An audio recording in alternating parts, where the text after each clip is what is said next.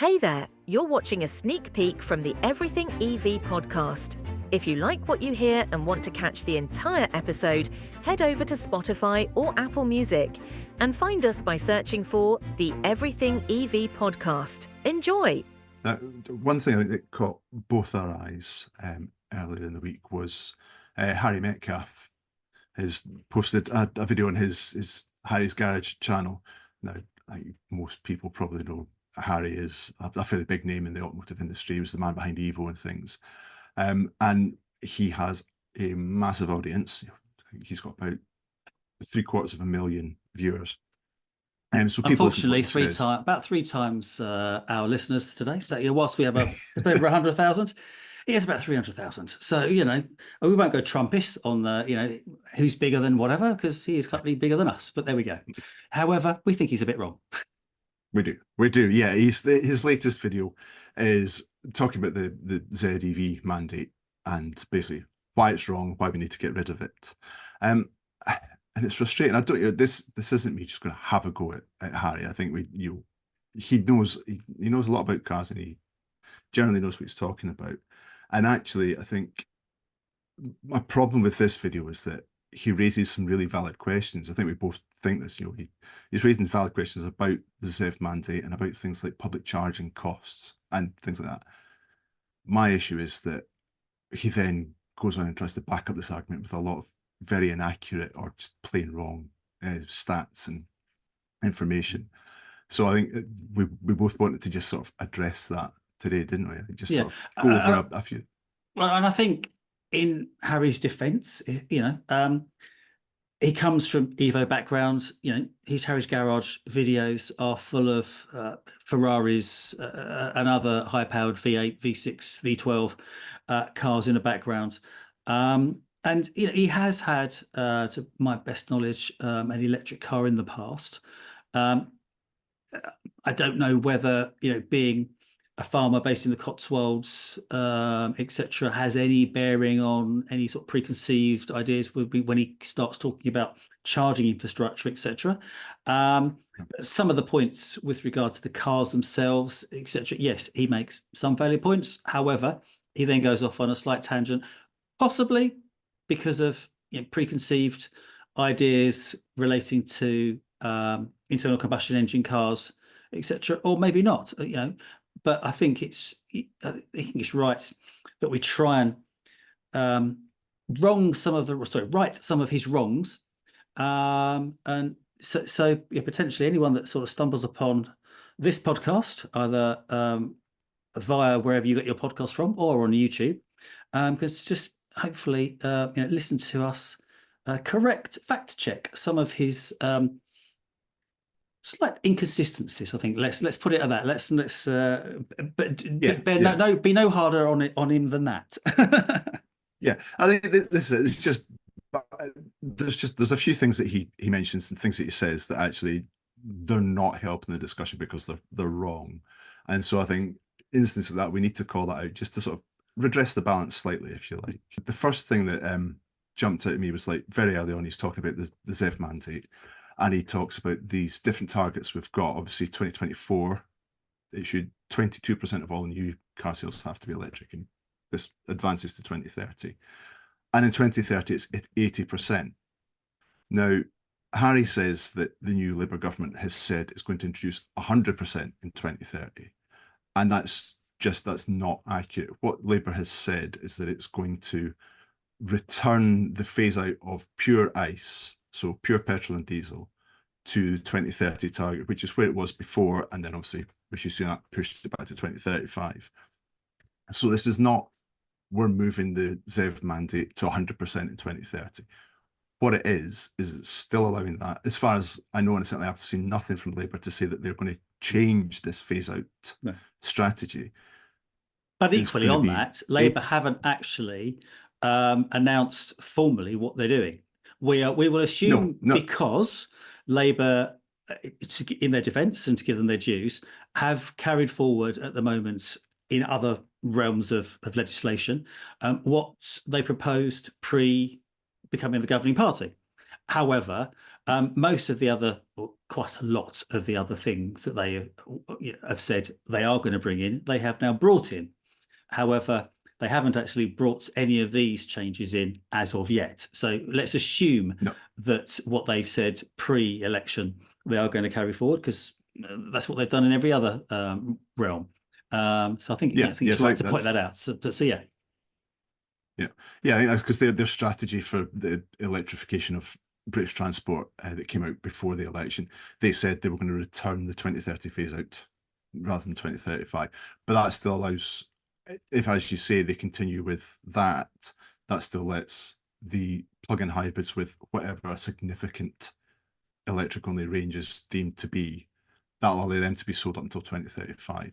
So yeah, the bottom line is it's not 100% electric in 2030. That's just straight out inaccurate. One of the other stats that he was talking about, and he was talking about obviously current percentage of sales, etc., saying it's 16.5% at the moment of new cars are battery electric vehicles, which is true. He then randomly goes on to strip out Tesla, to say that if you strip out Tesla, the figures look even worse. Without Tesla, it's circa 14%, because obviously they're such a dominant player in the UK market. I don't quite know why you would strip out one brand. Does he not like Tesla? Has he fallen out? Does he, I don't know, not get a lot of love on X or something? I don't really get it. I'm guessing he's thinking that, well, you've got to strip out the companies that only make electric cars. But that's, I mean, from an individual brand point of view, fair enough, they've all got these individual targets. But looking at the park as a whole, it's 16.5%. If you're going to strip out Tesla because they only sell electric cars, then let's strip out Isuzu or Toyota because they don't sell any electric cars. Toyota sell one, but they don't sell any of them. So why are we stripping out all the electric ones? If you strip out the ones that don't sell electric cars, suddenly the statistics look even better. It's a weird line to take. I don't quite get it.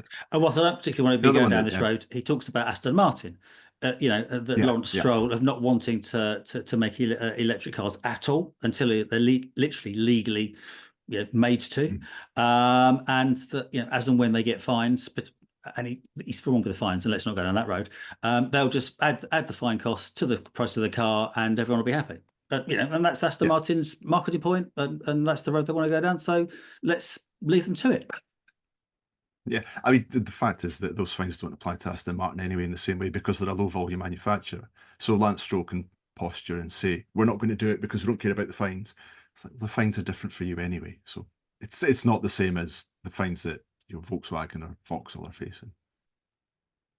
One of the other things that he said, and you can immediately rebuff this, is that the tech isn't ready. And, you can't really go very far in an EV. Well, Matt, how far did you go on your summer holiday this year in a Kia EV9? I did about 2,000 miles from the south of Scotland to the middle of France and all around France and back again in an electric car. And you know what? It wasn't difficult. The tech was perfectly fine. I don't quite understand what he means by the tech isn't ready. I don't know if he's talking about, obviously he scoots off to the south of France whenever he likes. He tows trailers with race cars in them and things. Maybe suggesting that if you want to go from the Cotswolds to the south of France in one hit without stopping to eat or go to the toilet or whatever, the tech isn't there. But you're not. So Superman can't buy an EV and tow the Batmobile. Yeah, exactly. I mean, the bottom line is, I think, it's the tech is ready for the vast majority of people, the vast majority of miles and journeys that people do. The tech's there. As I said, I did 2,000 miles in that EV9. I was doing 280 miles between charging stops. I had a car delivered last week, which was sitting there with a 300-mile range on it. And again, the EV9 charged, I think I was getting 50% in less than 15 minutes. So the tech is there to make long journeys, whether or not you need to. And the tech's developing all the time as well. You think, I looked this up 6 years ago, average battery capacity of a car in the UK was 50 kilowatt hours. It's now more than 70. So that's 6 years, we've essentially had a 50% increase in capacity. which gives us more range if you want more range, but we're also getting better efficiency out of cars, and capacity isn't the be all and end all. It's important to some people, but it's about efficiency, and it's about making the best use of what we've got and building cars for the purpose they're intended, as we're saying, small city cars and things. So the tech isn't ready is nonsense. The tech is ready. It's here now, and you can go out to showroom and buy it. Yeah. And he's also perpetuated the myth that batteries don't last. This whole thing about, oh, you'll have to change your battery after 5 years, 10 years, or whatever else. Because, friend of the podcast, Quentin Wilson, the esteemed motoring journalist, has actually done the EV rally in a car. How old was it, Matt? I think it was 8 years old when he did the rally in it, with more than 250,000 miles on the clock.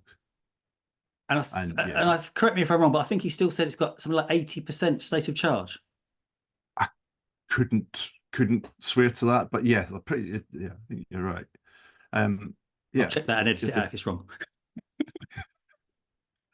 Yeah, it's this idea that his line was, the battery has a life. The 10-year life has been determined. He doesn't say who's determined this, and he doesn't say where the evidence for this is. But as you say, Quentin Wilson's an 8-year-old Model S with 250,000 rather, miles on the clock. That same car, actually, another motoring journalist, Alex Robbins, has just driven that exact car to the south of France and back. He's done 1,500 miles in it. Seems to have survived. It shows that these cars you do have long lives. The bottom line is that any 10-year-old car is not going to perform to the same level it did when it was brand new, whether it's electric, whether it's petrol, whether it's diesel. We're going to see things wearing out, efficiency is going to drop in things. And I think it's just, as you say, it's another one of these lines that doesn't actually stand up to particularly close scrutiny.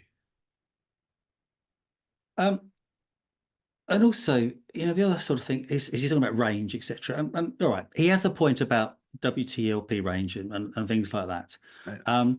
But it's exactly the same with internal combustion engine cars. You can do, what is it, ultra urban, you can get, 87.4 miles to the gallon. Yeah, I'd like to know which ultra urban area they're using for those tests. The one point that he does make, and we've spoken about this before, we've spoken about hoping the government will at least change the VAT on it and things like that, is the public charging. And yes, there is a massive, massive, massive disparity between those that don't have the ability to charge at home at 7.5p between midnight and 4:30 or 5, whatever, and those that unfortunately have to use the whole plethora of BP pulses and Ionities, etc., which are probably at best 65p, at worst 85. That sort of range. And so he's right there. There is a big difference. He's missing some of the point with regards to just looking at the fuel cost, whether it be electric or petrol or diesel.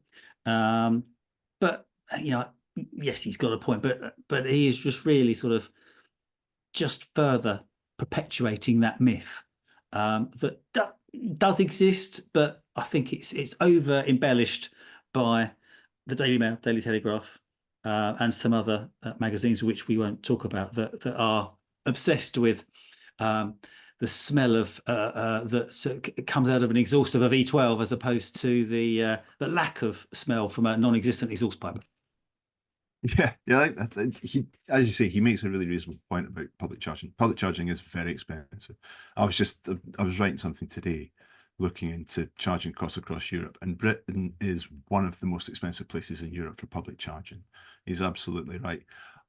I'm not going to get too exercised about this. I'm going to be calm, but he made that perfectly valid point, and then he threw out some numbers to back this up, and it's the kind of absolute nonsense that perpetuates this myth that electrics are expensive. So I'll quote what he said, is that if you're paying that top rate, so he's talking about 80 pence per kilowatt hour, which is slightly more than it actually is. But it's roughly that. So he says if you're paying that top rate and your car's only doing 2 to 2.5 miles per kilowatt hour, then working it out, that is equivalent to a equivalent cost of a car doing 16.8 miles to the gallon at today's average fuel prices. But there are many things I don't like about this. First of all, what is he driving to get 2 miles per kilowatt hour? Is he driving a Rimac Navara or something? Because I haven't driven a car that only did 2 miles per kilowatt hour since the first generation Audi e-tron. The Mercedes EQA I've got in the driveway, notoriously inefficient. I'm still getting 3.2 miles per kilowatt hour out of that. I had a Peugeot E3008 last week. That was doing 3.5 miles per kilowatt hour. Now, even vans do more than 2. Our LCV specialist, Phil, who does not have a light right foot, I can tell you, he's getting 2.5 miles out of a full-size transit van. So this 2 miles per kilowatt hour is nonsense. And he's also talking about, you're only charging at 80 pence per kilowatt hour. So effectively, he's saying a petrol equivalent would be, well, if you're driving everywhere in second gear, only filling up with super unleaded at a motorway service station, then look, it's really expensive. That's perfectly true, but the efficiency number is nonsense. Motor One in Italy did a real world test. They basically drove around the equivalent of the M25 in a host of different electric cars, and they got an average of 3.2 miles per kilowatt hour. So the Teslas were doing more than 4. Even the worst performing cars were doing 2.3. So that's nonsense. And then he's assuming you're only charging at an Ionity or an Instavolt or something, and you're doing all of your charging there. And not availing yourself of any of the various packages that these subscriptions, etc., that reduce the cost. Which if you were only charging at an Ionity or whatever, you would make sure that you had some sort of subscription that brought the price down. Yeah, you'd spend the £10 or £12 a month or whatever it is to get the discount. I think the Merc charging package that I'm on drops it from 79p to 53p. So as you say, you're not going to pay full whack if you're using them a lot. But yeah, also most EV, and I know you touched on this, some people can't charge at home, but at the moment, ZapMap reckon that 80% of people with an EV can charge at home. And the vast majority of them also use public charging, but they're not going to be using public charging for most of the charging needs. They're going to be charging at home, like you said, at 7p, 7.5p, whatever, and the 80p per kilowatt hour or 53 or whatever it happens to be. That's an occasional spend when you're doing a long journey. So I think that's quite a damaging one, to throw out absolute nonsense numbers and then use that to justify what otherwise is a fairly reasonable point, that charging is expensive. It's nowhere near as expensive as he's making out. Let's not dwell on this too much, but I think to finish off, he also starts citing Akio Toyoda, who says that EVs will top out at 30% market share. I don't quite know how Akio has come up with that weird and wonderful statistic. I don't want to get into an argument with Akio Toyoda because he runs one of the biggest car companies in the world. He knows what he's talking about. But again, in his video, Harry says that he reckons the UK is going to follow that pattern. But Akio is talking about the whole global vehicle market. He's saying that across the globe, he reckons it's going to top out at 30. I'd like to think it's going to do better than that. But yeah, there will be places where it's going to struggle. Here you're talking about places with poorer economies, places with massive geographic challenges. The UK is not one of those. We're a tiny little island. We're fairly technically advanced. So we are not like India or parts of Central Africa, where you've got huge distances and you don't have the economy and the infrastructure to back it up. You can already drive from one end of the UK to the other with 2 charging stops, and the infrastructure has been rolled out quickly. So, we're already at 17%, and I can't see us stop. I know that registrations are slowing, but I can't see us slowing to a stop and stopping at 30%, because No. we have the capacity and the capability to support far more than 30% market Yeah. share. I think the last point that he makes, and listeners, we'd actually quite like your opinion on this. So please comment wherever you see your podcasts, or email us at evp@cbmeg.co.uk, because it is Harry Metcalfe's belief that actually hybrids, and at the moment he's purely talking about petrol and diesel hybrids, not hydrogen hybrids or hydrogen fuel cell hybrids, will actually take up 60% of the market share, with battery electric vehicles being 30%, with the remaining 10% being in e-fuels of various machinations. But the Department of Transport data via the RAC Foundation actually shows that at the end of March 2024, of the 25 biggest selling plug-in vehicles, just 5%, so that's 20%, were plug-in hybrids. So he's happy to cite, super efficient hybrids with tiny batteries. Matt, what's he talking about? What cars is he actually thinking that are going to take over the world? Yeah, it's a tricky one, as you say. It'd be interesting to see what our listeners think to this, but he reckons that hybrids are going to take over, and hybrid sales are slower than battery electric sales, but they're also slowing. And yeah, as you say, only 20% of the best-selling plug-in cars are currently PHEVs, and PHEVs are getting better, but I can't see them getting to the point where they're going to suddenly overtake electric cars in terms of proportion.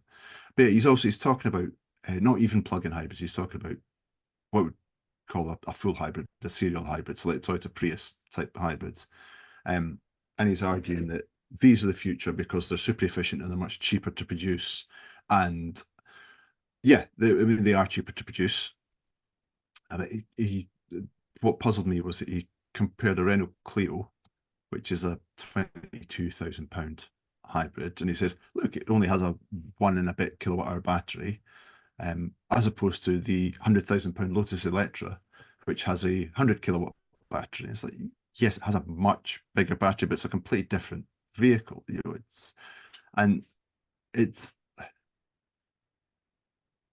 Mercedes G-Wagon's got a different engine to a petrol Mini. What point is he trying to make? The two things are not comparable.